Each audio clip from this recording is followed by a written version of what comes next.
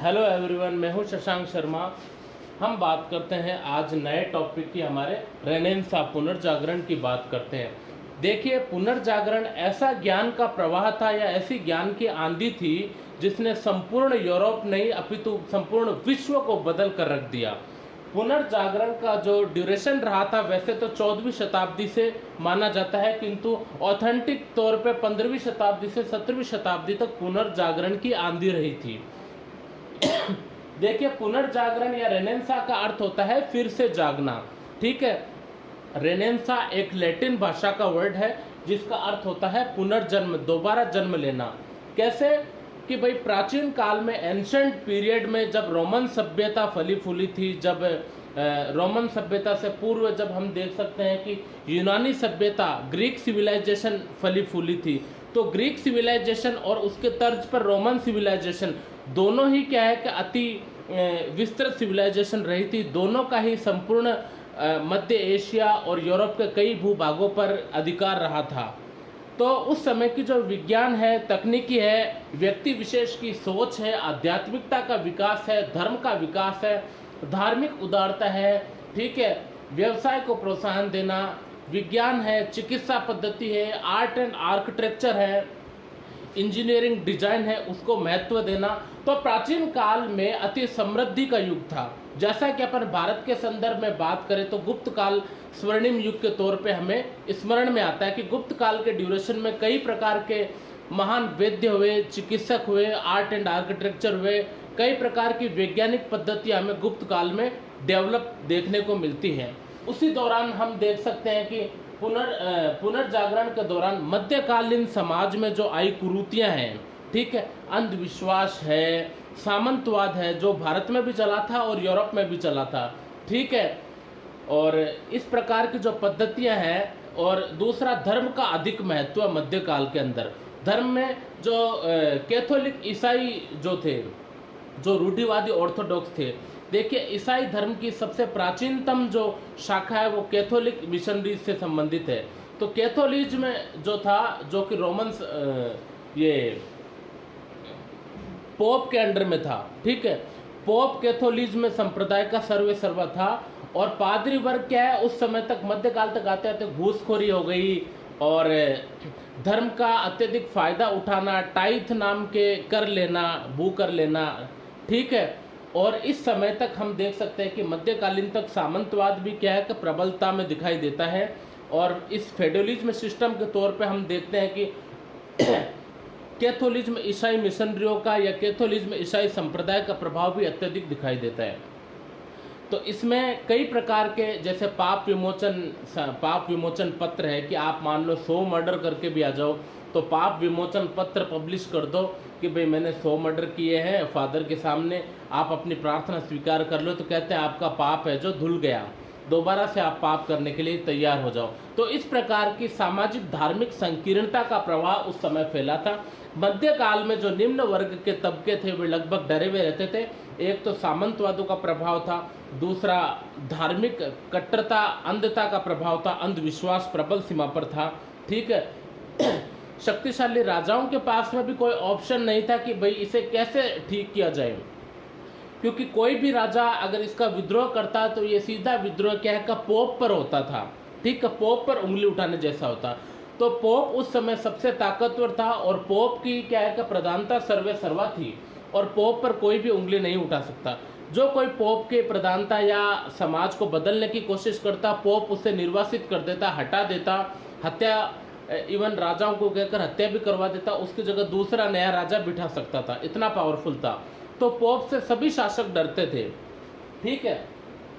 किंतु पुनर्जागरण के दौरान कई प्रकार के क्रांतिकारी परिवर्तन हुए। लोगों ने कुछ ऐसे क्रांतिकारी महत्व को चलते प्राचीन ग्रंथों का अध्ययन किया, ठीक है, प्राचीन संस्कृति, प्राचीन सभ्यताओं का अध्ययन किया, जिनमें रोमन सभ्यता है, यूनान की सभ्यता है। उनका अध्ययन करने के बाद में लोगों को वास्तविकता का पता चला कि हाँ, हम देखो कितने पिछड़े हुए हैं और हमारे पूर्वज कितने आगे थे हमसे और हम कितने पिछड़े हुए हैं। इस संदर्भ में लोगों ने क्या किया कि धीरे धीरे प्राचीन ज्ञान, विज्ञान, संस्कृति, सभ्यताओं को पढ़ना शुरू कर दिया, उसका वैज्ञानिक दृष्टिकोण से अध्ययन को देखना शुरू कर दिया, ठीक है। और कई प्रकार के सामाजिक धार्मिक बदलाव हुए, उस समय क्रूसेड वॉर भी हुए, धार्मिक धर्म युद्ध भी हुए, ठीक है। पश्चिम का पूर्व के साथ में युद्ध हुआ। इस युद्ध के चलते जो नाइटर्स जाते थे, नाइटर्स का मतलब है जो रोमन पादरी की जो सेना होती थी या धार्मिक सेना होती थी, तो वो लोग पूर्व की ओर जाते थे, तो वो पूर्व के जो भवन है, आर्ट एंड आर्किटेक्चर है, मान लो कुस्तुनतुनिया या वर्तमान का इस्तांबुल शहर को वो देखते थे, तो उसको देखकर वो आश्चर्यचकित होते थे कि भाई कितनी सुंदर इमारतें हैं, यहाँ कितनी बारीकी से सूक्ष्म दृष्टि से कला और स्थापत्य की इंजीनियरिंग डिजाइन को निरूपित किया गया है, ठीक है। जैसे मान लो स्वर्ग में ही एंटर कर गए हो। जल निकासी की उत्तम व्यवस्था है, भवन निर्माण की उत्तम व्यवस्था है, सड़कें चौड़ी चौड़ी एक दूसरे को समकोण काटती हुई, ठीक है। जगह जगह पुल है, आवाजाही के साधन प्रॉपर है, और व्यापार वाणिज्य से भी लोग जुड़े हुए हैं, मध्य एशिया की व्यापार वाणिज्य से। तो लोगों ने देखा, सिपाहियों ने देखा, और उन्हें पश्चिम की ओर पश्चिम में जाकर पुनः बताया, और उसे उन दिव्यगत बातों को अमल किया और अपने आप पर क्रांतिकारी परिवर्तन लेकर आए। इसके अलावा हम देख सकते हैं कि सामाजिक धार्मिक सांस्कृतिक आंदोलन है, धर्म युद्ध, क्रूसेड वॉर के चलते यूरोप में एक क्रांति का जन्म हुआ, जिसने संपूर्ण यूरोप को मध्यकालीन समाज से आधुनिकता के युग में ला खड़ा किया। अनेकों प्रकार के कारण हुए, ठीक है। अभी अपन कारण को भी पढ़ेंगे। अनेकों प्रकार के कारण हुए, कई प्रकार के तकनीकी परिवर्तन हुए, जिसने सामंतवादी पद्धति को भी नष्ट कर दिया। ये जो धर्म युद्ध है, क्रूसेड वॉर है, इसमें सामंतवादी पद्धति नष्ट हो गई, क्योंकि उनका खर्चा पानी, उनका व्यापार इसी संदर्भ में चलता था। अपने धर्म को, अपने कैथोलिक संप्रदाय को महत्व देते हुए रखना, पादरियों से साठगांठ, कहने का मतलब जो सामंत वर्ग है, ठीक है, वो शाही वर्ग से निकटतम संबंधित थे, और उनके पास में अथाह धन संपदा और अथाह भूमि थी, और पादरी वर्ग के साथ में उनके सामंजस्य थे। तो ये दोनों क्या है कि एक दूसरे के साथ में अटैच्ड थे, और जब एक पलड़ा टूटा तो ये स्वतः ही क्या है कि बिखर गए सामंतवाद, ठीक है। भारत में भी हमने देखा कि दिल्ली सुल्तानों के काल के ड्यूरेशन में धीरे धीरे सामंतवाद पतनग्रस्त अवस्था में आ गया, और मुगलों के नेतृत्व में जब अकबर का युग आया, तो अकबर के काल में तो पूरी तरह राजपूत शासक अकबर के अधीनस्थ हो गए, मुगल सम्राट के अधीन हो गए, तो इस वजह से सामंतवादी पद्धति कंप्लीटली टूट गई। तो क्रूसेड वॉर के चलते या धर्म युद्ध के चलते सामंतवादी व्यवस्था का पतन हो गया। दूसरा, सिपाही वहाँ जाते थे, कुछ नया चीज़ देखते थे, बिल्डिंग आर्किटेक्चर है, कुछ नई चीज़ देखते थे, उसे अपने देश में अमल करते थे। कुछ वहाँ जब युद्ध के दौरान जो विद्वान वगैरह होते थे, जैसे कुस्तुनतुनिया पर तुर्कों का अधिकार हुआ, तो जो वर्तमान जो तुर्की है, वहाँ पर रोमन पादरी रहते थे, ठीक, ये ग्रीक पादरी रहते थे, ग्रीक, जिनके पास में ग्रीक सिविलाइजेशन यानी यूनानी सभ्यता का ज्ञान वगैरह था, प्लेटो, एरिस्टोटल वगैरह के ग्रंथ हैं, या अन्य यूनान की सभ्यता से रिलेटेड उनके पास में अथाह ज्ञान था। तो वे लोग क्या है कि यूरोप की ओर आए, तो उन्होंने अपना ज्ञान प्रसार करना शुरू कर दिया पश्चिम की ओर। लोग बागों में जागृति, उन्होंने प्राचीन यूनान के गौरव को जाना, उन्होंने प्राचीन यूनान की समृद्ध संस्कृति, विशेषता, सभ्यता, इन सभी को जाना। उन्होंने देखा कि किस प्रकार प्राचीन काल के लोग, यानी हमारे से 2000 साल पहले, 1500 साल पहले के लोग, किस उनका जन जीवन, उनका सांस्कृतिक महत्व कैसा महत्वपूर्ण था।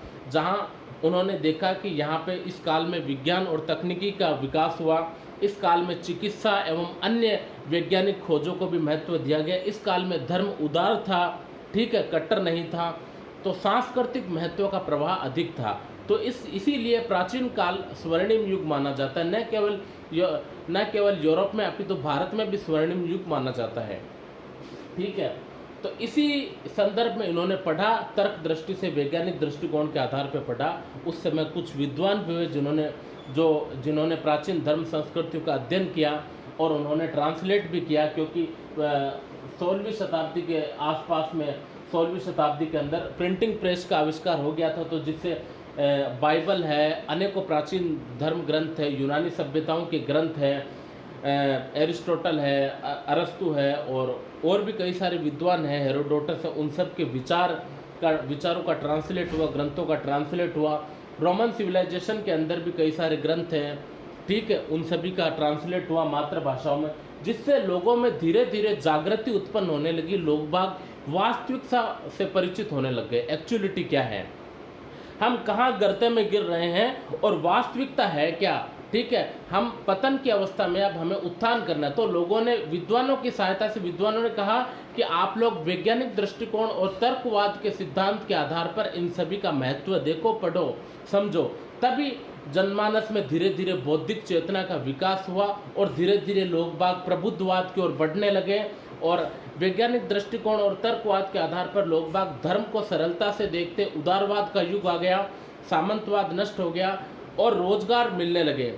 जैसे मेरा मान लो इंटरेस्ट है आर्ट एंड आर्किटेक्चर में, तो कला और स्थापत्य में मैं अपना करियर बनाऊंगा, मैं उसी बारे में सोचूंगा। किसी का व्यापार वाणिज्य में है तो वो स्वतंत्रता पूर्वक व्यापार वाणिज्य करेगा। तो इस तरीके से धीरे धीरे लोगों में बौद्धिक चेतना का विकास हुआ, लोगों का आईक्यू डेवलप होने लग गया, लोगों ने वास्तविकता को पहचानना शुरू कर दिया, सत्य को देखना शुरू कर दिया और सत्य के आधार पर ही लोगों ने आधुनिकता की शुरुआत की। आविष्कारों की बाढ़ आ गई, हमने देखा 19वीं शताब्दी में, 18वीं शताब्दी में। तो यह बात है, पुनर्जागरण इसे कहते हैं। पुनर्जागरण के परिणाम स्वरूप हम बात करते हैं, परिणामों ने क्या क्या अंजाम दिया। जनमानस में बौद्धिक चेतना का विकास हुआ, प्रबुद्धवाद का जन्म हुआ। प्रबुद्धवाद का मतलब होता है इनलाइटनमेंट, ठीक है, जहाँ व्यक्ति मतलब कुंठित पूर्वाग्रहों से मुक्त हो गया। अब मानव वैज्ञानिक विचारों को महत्व देने लगा, अब मानव अपनी दृष्टि से सोच विचार करने लगा, मानव की दृष्टि अब नए नए आयामों को खोजने लगी, ठीक है। इस तरीके से प्रबुद्धवाद का युग आया, जिससे वैज्ञानिक दृष्टिकोण का महत्व बढ़ा, तर्क एवं विज्ञान को प्रोत्साहन मिला, उदारवाद का युग आया, लिबरलिज्म, ठीक है, और धार्मिक उदारवाद भी आया। मार्टिन लूथर के नेतृत्व में प्रोटेस्टेंट संप्रदाय का उदय हुआ, जिसमें बाइबल को सहजता और वैज्ञानिक दृष्टिकोण से देखा जाने लगा और बाइबल का जो एक्चुअल महत्व है उसे सार्थक माना गया, ठीक है। और ये जो कैथोलिक संप्रदाय से संबंधित पोप है या पादरी वर्ग है, इन्होंने क्या है कि बाइबल के सिद्धांतों के अनुरूप अपने ही क्या है कि मनगढ़ंत नए कानून लगाए, जिससे उनको आर्थिक लाभ मिलता रहे और उनका दबदबा कायम रहे। मार्टिन लूथर ने इसी वस्तु को तोड़ा है। मार्टिन लूथर ने कैथोलिक संप्रदाय की इसी महत्ता को तोड़ा है। उनकी जो कैथोलिक संप्रदाय की जो संकीर्णता है उसको तोड़कर उन्होंने नया प्रोटेस्टेंट संप्रदाय लागू किया, जिसमें समानता, भाईचारा, भ्रातृत्व, हर प्रकार की जो शालीनता है, उदारवाद है, उसको महत्व दिया गया, ठीक है। और ईसा मसीह के जो आदर्श है या फिर बाइबल के जो आदर्श है, उनके आधार पर उसे क्रियान्वित किया गया, जिससे जनमानस में सरलता की भावना उत्पन्न हुई, समानता की भावना उत्पन्न हुई, एक दूसरे के प्रति भाईचारा की भावना उत्पन्न हुई और धीरे धीरे प्रबुद्धवाद का युग आया, ठीक है। और प्रोटेस्टेंट धर्म की सरलता और वैज्ञानिक अनुसंधान की खोज, व्यापार वाणिज्य का महत्व, ये सब बढ़ने लगे, ठीक है, जिसने आधुनिक युग को जन्म दिया, आधुनिकता को जन्म दिया और मध्य युग पूरी तरह से बाइकट हो गया। तभी तो हम देख सकते हैं कि ब्रिटिशर्स भारत में आते हैं, उन पर पुनर्जागरण के विचारों का गहरा प्रभाव होता है।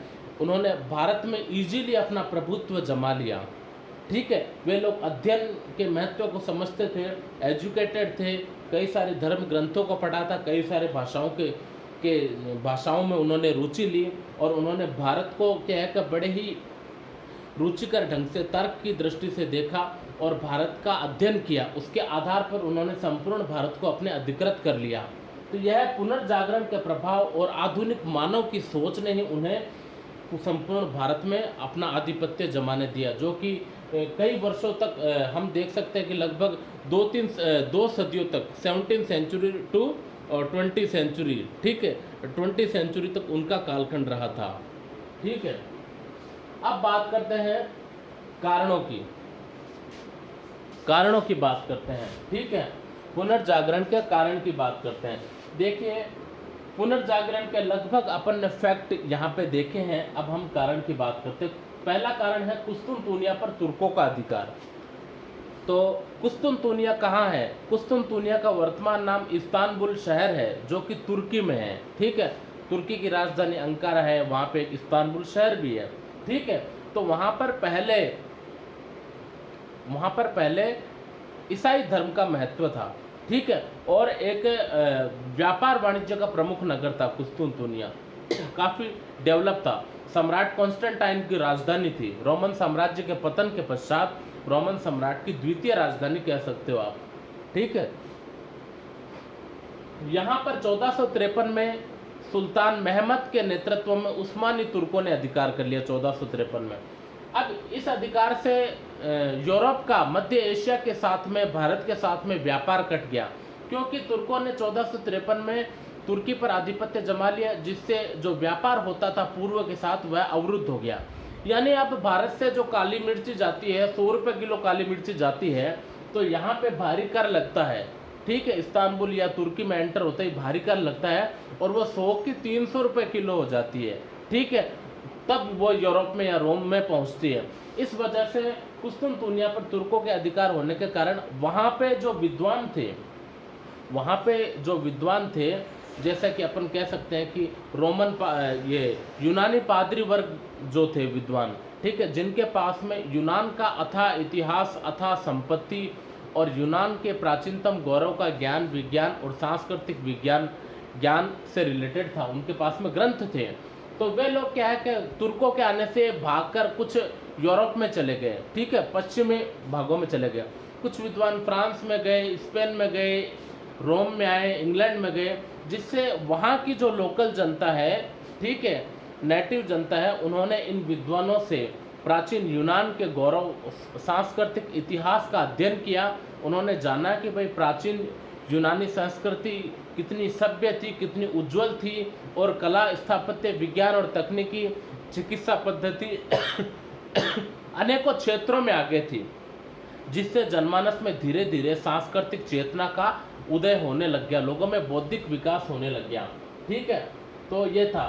दूसरा, कुस्तुनतुनिया पर जब तुर्कों ने अधिकार कर लिया 1453 में, तो व्यापारिक रोड़ा अटक गया, बीच में तुर्की पड़ता है। ठीक है, पूर्व से व्यापार करने के लिए, तो तुर्की पर इनका प्रभुत्व स्थापित हो गया उस्मानी तुर्कों का। तब क्या है कि धीरे धीरे लोगों ने नए मार्गों की खोज करना शुरू कर दिया। ठीक है, नए मार्गों की, जिसमें पुर्तगाल अग्रगण्य रहा था।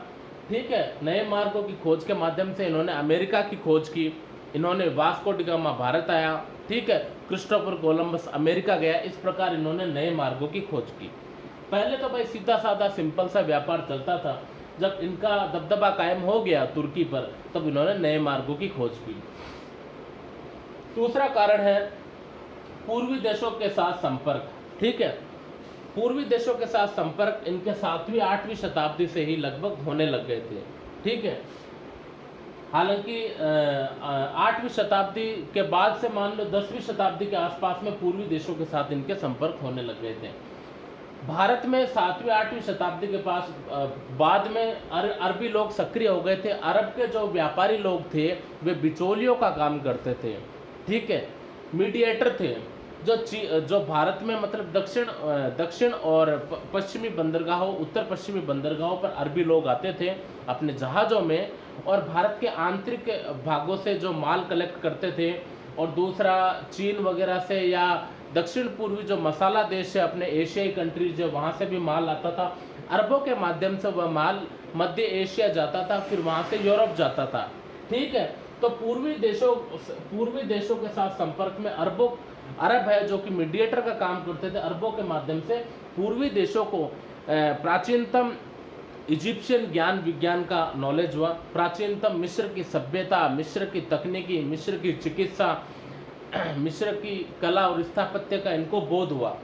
इसके अलावा भारत से रिलेटेड भी कई सारे ग्रंथ हैं, पंचतंत्र वगैरह है, भारत की जो गणितीय है, अरब की जो बीज गणितीय है। ठीक है, तो भारत और अरबों का ज्ञान, मिस्र की सभ्यता का ज्ञान विज्ञान अरबों के माध्यम से पश्चिमी देश में फैला, जिससे पश्चिमी देशवासियों को पूर्व का ज्ञान पूर्व के ज्ञान के महत्व का पता चला कि पूर्व में भी कितनी समृद्धि है, उनका ज्ञान कितना उज्जवल और चरम सीमा पर है। वे लोग गणित, ज्योतिष शास्त्र, चिकित्सा विज्ञान और अनेकों क्षेत्र में आगे हैं, ठीक है, और हम पिछड़े हुए हैं।